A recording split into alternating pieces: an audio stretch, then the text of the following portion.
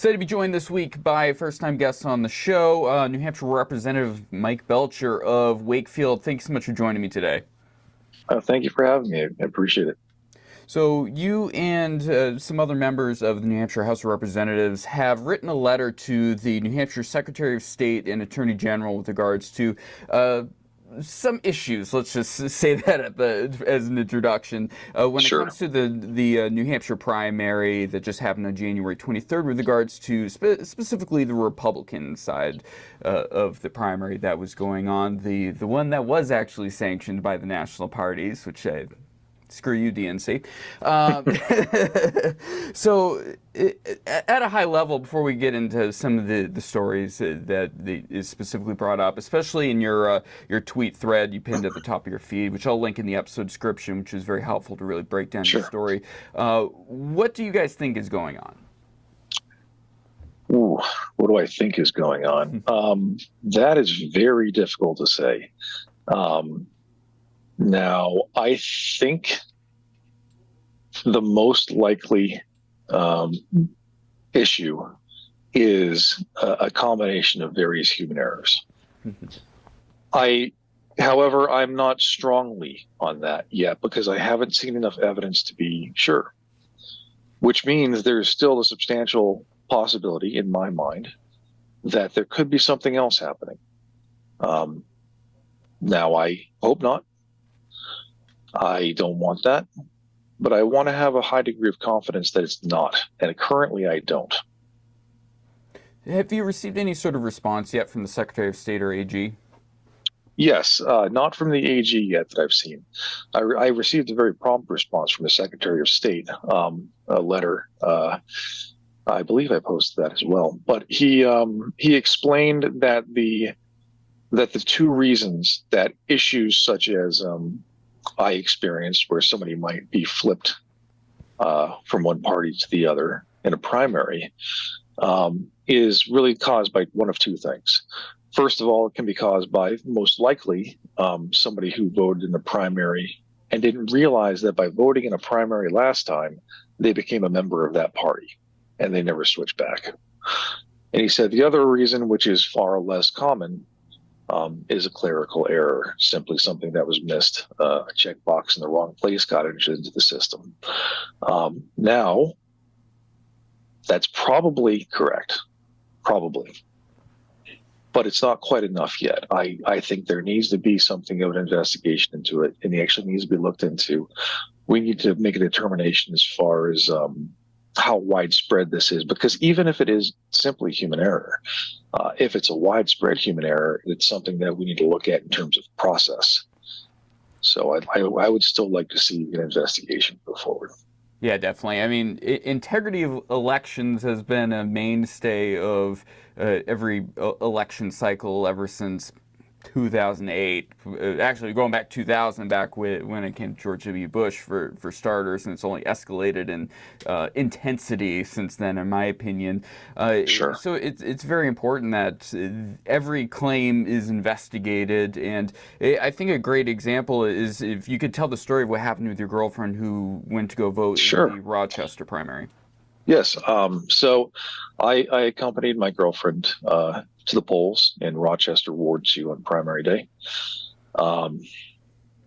Her son was actually there as well. It was his first time voting. He registered. All went well. But when she went to receive her ballot, she was quite certain she was a registered Republican. They gave her a Democrat ballot. She complained. She said, "This is not correct. I'm a registered Republican." They checked the little sheet there in front of them. They said, "Nope, you're a registered Democrat. This is your ballot." She raised a bit more of a stink. The supervisor of the elections came over, reviewed the documents, and after a brief back and forth, it was ultimately ultimatum was issued to her on the spot that said, "You're going to vote on the Democrat ballot, or you can go register as independent and not vote today." So that's when I got involved. I advised her, "No, you're not going to vote on the Democrat ballot. You're going to reject the ballot, and we're going to talk to some people." She also called our friend, Kelly Potenza, Rep. Kelly Potenza, out of her Rochester. She's her representative to also help assist in the situation. So we made the decision to go visit the clerk's office in Rochester directly. So we drove down to the clerk's office. When we arrived, there was another party there. Seemed to be having some issues, but I don't know exactly what they were regarding the election. Began speaking with the clerk.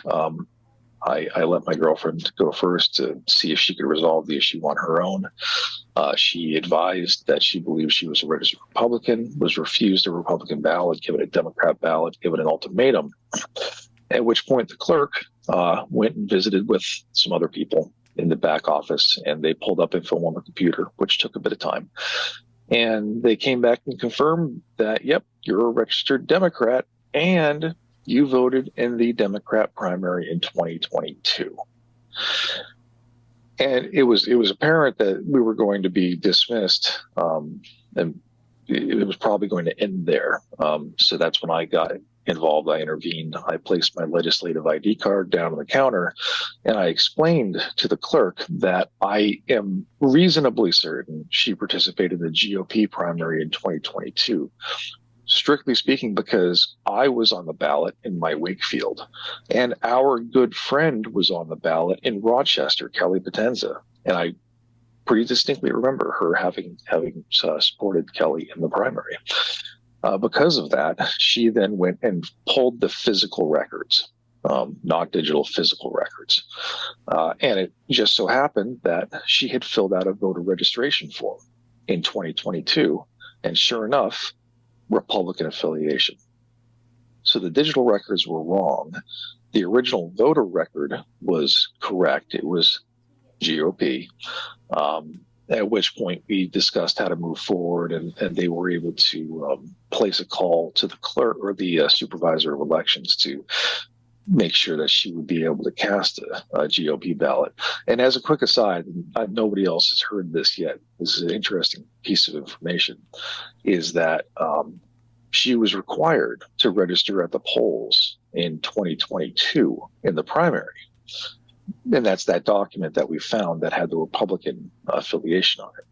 However, that was not her first time voting in Rochester. She was a regular Rochester voter.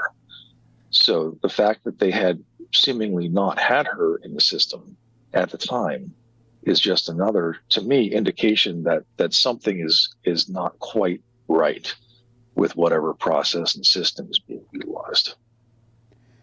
It seems to me that there's so many ways that something could have happened with this. This is a pretty crazy story. I mean, before we dive into more systemic issues, maybe that are going on at the local level with our elections, what are there other stories that you've heard, especially with many other people that are listed in that letter?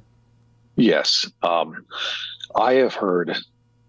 I can't even begin to estimate right now how many stories out of how many towns of this same sort of thing happening. Except in those cases, there was no representative present to advocate for somebody. So it would appear that in most of those cases, they simply either voted on the Democrat ballot or they didn't vote at all.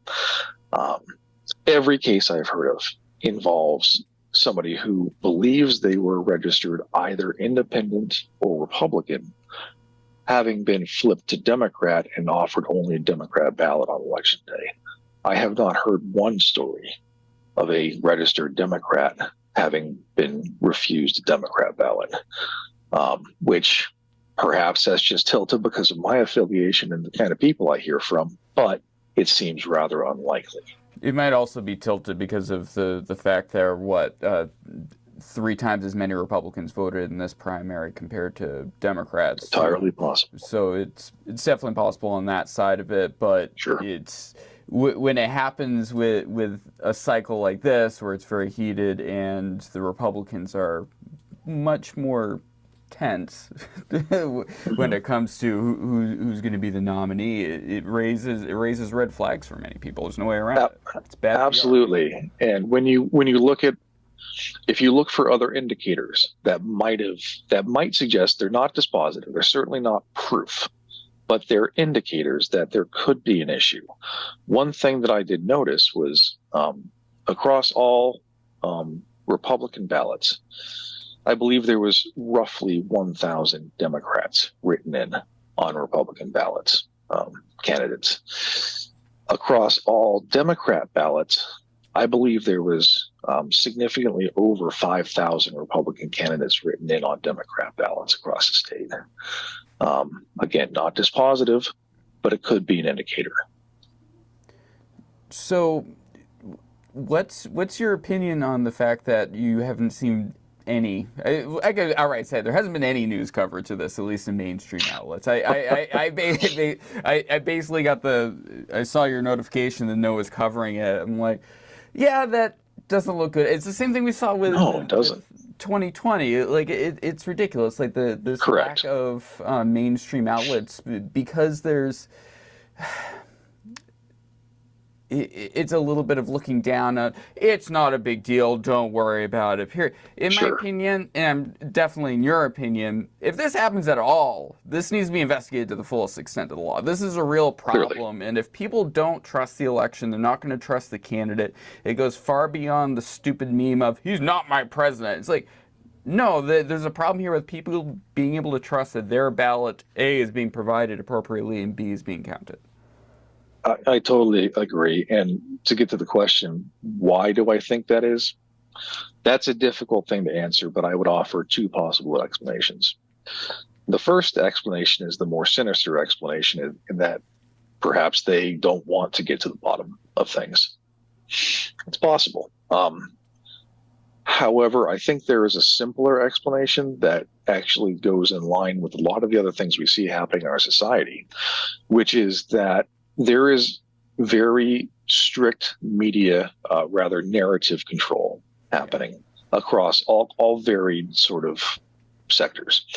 And that narrative enforcement doesn't strictly have to be nefarious. It's really more of a social taboo, the way that it's become. So you have these people, these various journalists who oftentimes sort of consider themselves more of the elites, and they consider this topic to be a third rail, and it's not something they want to touch, even if there's demonstrable problems, which I think is the exact wrong way to deal with this. I think we need maximum transparency, maximum coverage, if only to show that, yep, at the end of the day, we did the investigation. It turns out it was just a clerical error. Everything's good. Yeah, and these outlets inherently are going to have more resources than just Joe, who has a little outlet, like maybe AJ in Concord, who's on his own doing his thing over here, speaking to people however he can. Like the Times has the money to go and investigate these sorts of situations, and they love pulling anecdotes when it comes to all their topics of interest. They love pulling their anecdotes of DEI-centered issues, where they view this is racism, this is homophobia, and different instances like that. But there's this definite narrative overlooking of certain. It definitely comes down to the Trump factor. I mean, there's no way around it. They don't want to touch anything with regards to Trump unless it's a matter of making fun of him or platforming. Look at the crazy thing he said, as opposed to, like, his supporters voted for him for a reason. They see serious concerns with what's going on with our politics and culture, and this is the reason why, like, me personally, who a month ago was not going to vote for Trump, turned around and said, okay, I lost the only other guy that I really cared about. I don't want Haley here. I hear you. I hear you. And I've never seen anybody with that sort of intrinsic power to polarize as quickly as Trump. The second he jumps on any issue, it's hands off from the entire media and leftist establishment. You can't mention it. So I think that probably has a significant role to play in the resistance to covering this story and this issue. And to bring up another small facet of this issue that also, in my mind, seriously requires some investigating, is that out of multiple towns, including Fitzwilliam, but others as well. I have heard that that persons who were refused the ballot that they wanted were simply told to write in their preferred candidate on the other ballot. So write in your Republican choice on the Democrat ballot. Now, obviously, for anyone who doesn't fully understand how primaries works, that doesn't work. So there's actually two separate elections being held. There's a Democrat side election and a Republican side election. And if you write in a Republican on the Democrat ballot, that will not count in the GOP primary. It'll count in the Dem primary where, it's not going to, nobody's going to win over there, but that vote does not count. So again, with that indicator of over 5,000 GOP candidates written in on Dem ballots, that's something that I think needs to be looked at. And if nothing else, it needs to be made clear through perhaps even just a letter to all the towns supervisors of the checklist that that's not how these things work, and you should never recommend writing in the other candidate on the opposite party ballot in a primary, because the voter likely, I won't say likely, but very well may not know that vote won't count if they do that. And if you tell them to do that and they do that and they don't realize that it won't count, that's suppression. That's disenfranchisement. So that's something that, if it is happening, needs to be nipped in the bud. I 100% agree with that. 100% across the board. That should be something coming down from the Secretary of State's office, in the very least. Yeah. It's because it's confusing.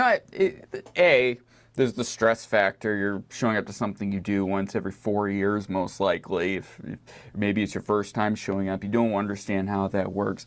Me and you, obviously, too, are the overly plugged in and very well aware of things like that are going on. Sure. as we exist in the X ecosystem and such. But people don't understand that. And if you're getting advice from someone you assume as an authoritative figure when you go to show up your vote, this sacred duty we have is what's constantly harped on. Mm-hmm. Whatever, sacred, whatever.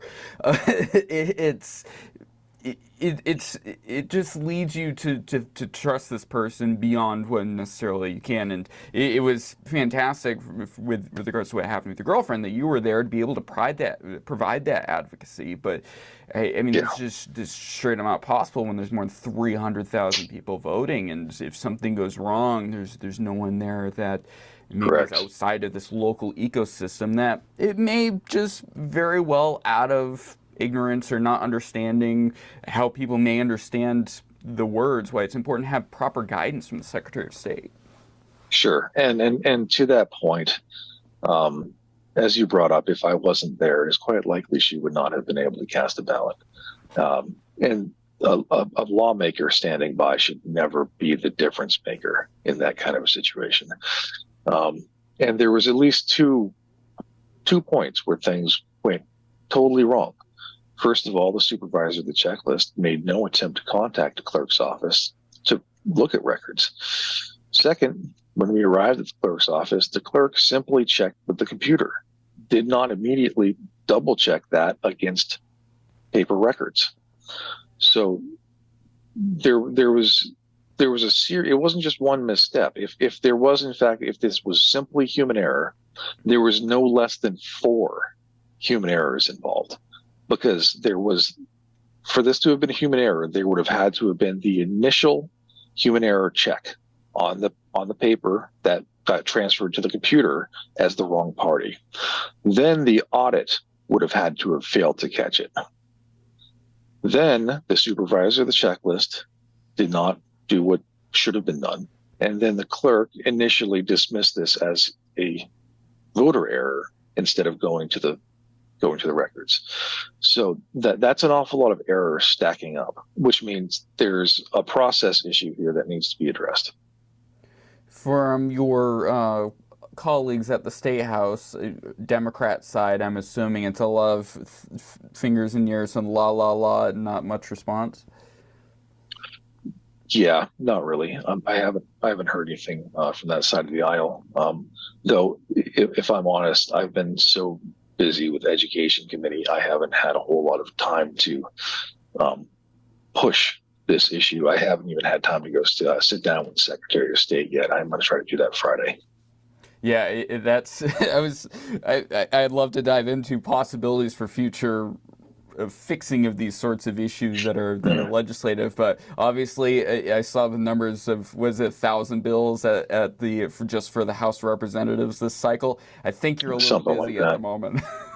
Yeah, and I think my education committee has around 130 of those. Yeah, and those So ones are intense too. They're very hotly debated and have been in the yeah, news this week for sure. So, yeah. So, you want to dive into that a little bit while I got you here? And what are some things that have really sure. been a focus for you with regards to that committee? Ooh, education. Wow. So my focus with education is I don't have a strong background in education like most of the people on the committee. Like the committee is mostly full of teachers and administrators. And that's not actually something I love. That we need more of an outside perspective. I have taught, I do have a teaching background, but I don't have a professional educated teaching background. Now, when I started diving into these topics about just what is going on with our society, we were going off the rails. Um, I went down a lot of rabbit holes, and most of those rabbit holes brought me toward education and the way that education has been captured in this country. Um, and it's not even strictly just a new thing. I mean, the beginning of the first capturing of education in this country began happening in the late 1800s and early 1900s at the first instantiation of government-run education, which was formulated along the you would call it the Hegelian model. So the the traditional American way of educating was based on the traditional American metaphysic, which is a Judeo-Christian value set. But the from the very beginning, going all the way back to the big educators, Dewey, Woodrow Wilson, and others, uh, the government education system was designed to transfer us toward a Hegelian state. And what that means is the Hegelian state was the model of education viewed by the Prussians, whereby the state is God. And the state, being God, gets to grant rights and it gets to take away rights at will. And it brought in the concepts of a living constitution that's to be reinterpreted and to evolve over time. And it began teaching students how to basically, instead of being proper Americans, it started teaching them how to be obedient and get a job. Um, so it totally replaced the classical and Christian education. And what we're seeing right now is a later wave of this whole thing coming to fruition, where it used to be the progressives, the Hegelian progressives, and now it's the Hegelian Marxists who are taking over. And they are far more toxic and far more radical and acting far faster.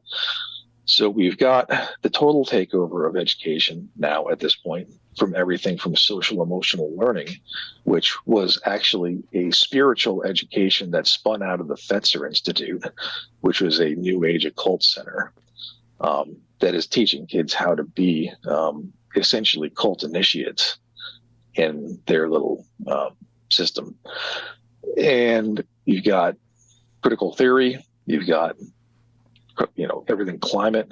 You're literally breaking these kids' brains, and they're doing it on purpose. They're instilling mental health problems in them um, in order to activate them towards social activism.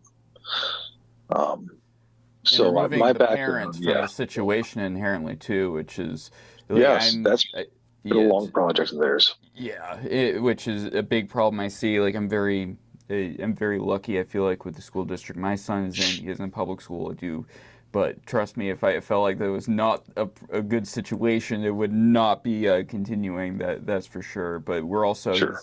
he's an only child, and we're able to really focus that time. I'm very fortunate Well, that's good. financially Yeah. to be able to have my wife be a stay-at-home mom and able to check in and make sure. And we Very talk good. to that kid every day, not necessarily interrogation as we tend to hear some of the more activist types talk about it. Yeah. But just be there for your kid, and that's not something that's necessarily supported with much of the public education system. No, and it's sad. I mean, it's a constant assault on the natural family, on parental rights, on the idea that children have an innocence that needs to be protected. It's a total all-out assault on everything good and decent in our culture, with children being the targets of it. And we're trying to make changes. We're not moving fast enough, if you ask me. And we're still, too many of us, including those on our own side here, do not at this point have the discernment to identify the bad things that are coming our way, or why we shouldn't be doing some of the things that are happening. I hope to be able to change that in time, but we are pressing. We're trying to create more freedom for choice of where to bring them. And although freedom of choice is not a panacea, it won't fix everything. At least it gives people the opportunity to save the children that are in bad circumstances right now. And that is a win, even if it's not perfect. Hence the focus on EFAs, education freedom count, school choice, and those being such a priority. Like, as much as the Democrats keep trying to knock it down, it's popular with much of the middle of the road politically in the state. Very, and it's an excellent thing that we have. Parents fundamentally should have every right to direct the upbringing of their children and the manner of their education. The fact is, our current education system in the public ed sector, the government ed sector, is instantiating a worldview that is incompatible with a traditional Americanism. It is a grievance-based, oppressor-oppressed dialectic, conflict theory, Marxist system. And I would wholeheartedly encourage any parent who's able to do so, either keep a constant eye on your child and know what they're doing, or if you can, get them out and put them somewhere that you can trust. Because right now there are a lot of bad things happening. Yeah, a lot of fear put into kids too. Like this wasn't a plan to start diving into education, but it's just so important. The fear around like climate change is a great example of that too. Or it's like we've heard so much. Yeah, I remember this. We've heard so much testimony. The schools, like, we're gonna scare the crap out of kids, so they're afraid to use a piece of paper towel because guess what? That tree now can't make oxygen, and we're all gonna die. Exactly. And we've heard so much testimony, and it's so sad. You have these young children, these teenagers come in, and you can tell that they're mentally suffering. And they're testifying to us that they are mentally suffering, but they're asking for more. They're asking for more indoctrination and more of everything, because they have had it put on their shoulders that they think they have to solve the world's problems, and they think that's where virtue lies. They think the virtue for them, it's fighting climate change, it's fighting systemic racism, both of which, by the way, are not actually scientific concepts. They're pseudoscience concepts, but that's a different conversation. What they're doing to children is quite terrible, and they actually know it, and that's why they're bringing in all this mental health care and all this therapy. They realize that they're inducing cognitive dissonance in children, and they're instilling mental health problems because of all the activist stuff they're putting on them and the indoctrination. So now they're trying to offer them therapy in schools, which has the added benefit of making them extremely sensitive. Therapeutic culture does not make for strong, tough people. It makes for sensitive people who are easily damaged emotionally, and that just creates a whole another victim, uh, cadre that can utilize that victimhood for currency in the political sphere, and that around and around we go on this wagon. Yeah. Once again, removing the parent from the most important part of their child's upbringing is their mental health and their ability to cope with the world around them and find their place in it. It's like, Yep. no, you find your place by fitting in with the government and showing up to the protest on Saturday for some random civil rights thing that is the hot topic of the day. Like I Sure. specifically, if there's anything political, my kid does not go to it, not involved. We'll walk past this, like, yeah, they're protesting things. You don't have to worry about this. And that's something you need to deal with when you're a kid in elementary school. When you're No. a teenager and you want to do it on your time with your parents, yes, but not in the classroom. No. And that's been a big issue that I'm probably gonna be diving more into this year because I've just seen way too much of it. And Good. Well, New I Hampshire. realized recently in reviewing some stuff, because we had some bills come up that would have made the situation even worse than it currently is. And as a part of that, I reviewed our existing what's called our Education 306 rules, which are the rules promulgated by the Department of Education. And I actually discovered that we've had rules on the books in New Hampshire since, I believe it was roughly 2005, requiring students to be trained as social activists in their social studies classes. Yeah, I'm not surprised. I mean, it's obvious. We hear stories every day about people coming with examples of homework or student organizations, especially in the 9 through 12 end of the grades, where it's a little easier for them to not pussyfoot around and just get right to what it is they're wanting Yeah, to have happen. So absolutely. yeah, so as we're running out of time right here, I mean, if was there one or two bills that maybe you want to bring up that people maybe should take a look at and really consider, good or bad? Sure. I've got a bill that will be coming up. I don't know when it's going to be yet in education that I consider a very important bill, because it's a very tricky bill too.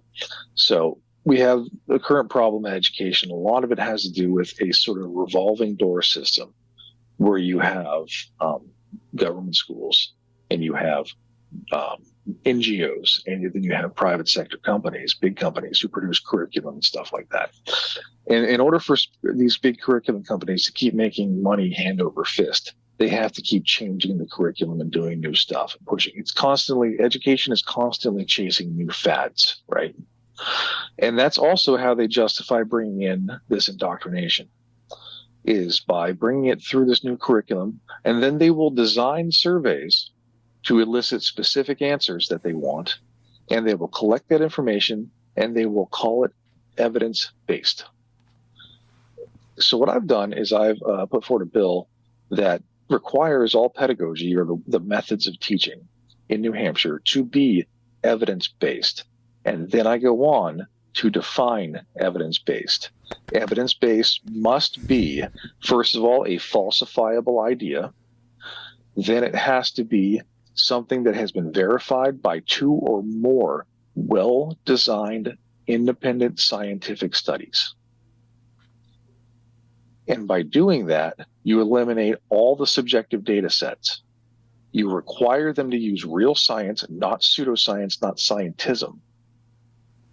And it breaks that whole revolving door system.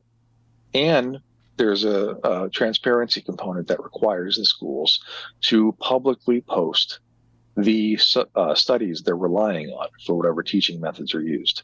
So anybody can go look and say, okay, is this good science or not? Love it. Yeah, that's great. Transparency is so important when it comes to this. We talked about the reasons why, but especially with a lot of these studies, they're just BS. There's no way around it. Absolutely terrible. So, what's one more? You got one more for me? Ooh, well, I got one I'm going to be introducing. Not introducing, but speaking to on the House floor tomorrow. I put in a bill to reaffirm. It's not a bill; it's a resolution to reaffirm the New Hampshire militia. And the idea is that New Hampshire, just like every state, is a sovereign entity. And one of the definitions of a sovereign entity is it gets to have its own military force. Now, we've seen constant efforts by the Biden regime to prevent states such as Florida from having their state guard. The federal government has gotten to the point where it sees the states themselves as threats and wants to disarm them. So I've put forth this bill that would re-recognize the New Hampshire militia, which can be the National Guard or the State Guard, as a proper entity for the defense of New Hampshire now and in the future, in hopes that we can send a message to this administration that we're not going to be disarmed, we're not going to lose our state military, and we're not going to prevent you from, or we're not going to allow you to criminalize things like firearms training. It's just not going to happen. Super interesting. Yeah, I'd love to know more about that, because that's the root of so much of the gun rights argument, is that ability to say, hey, you're not going to be tyrannical towards your population in this country. It's not going to be put up with, and guess what? There's a way which we will make sure that doesn't happen. So very much. All right, we're about out of time. New Hampshire Representative Mike Belcher of Wakefield, thank you so much for joining me. Definitely excited to have you back on, especially with all these many bills that will be circulating the next few months. That sounds good. You let me know. Awesome. All right, so New England Take, newenglandtake.com. Like and subscribe. If you're on the YouTubes, find us on all your favorite major podcast platforms. We'll talk to you soon.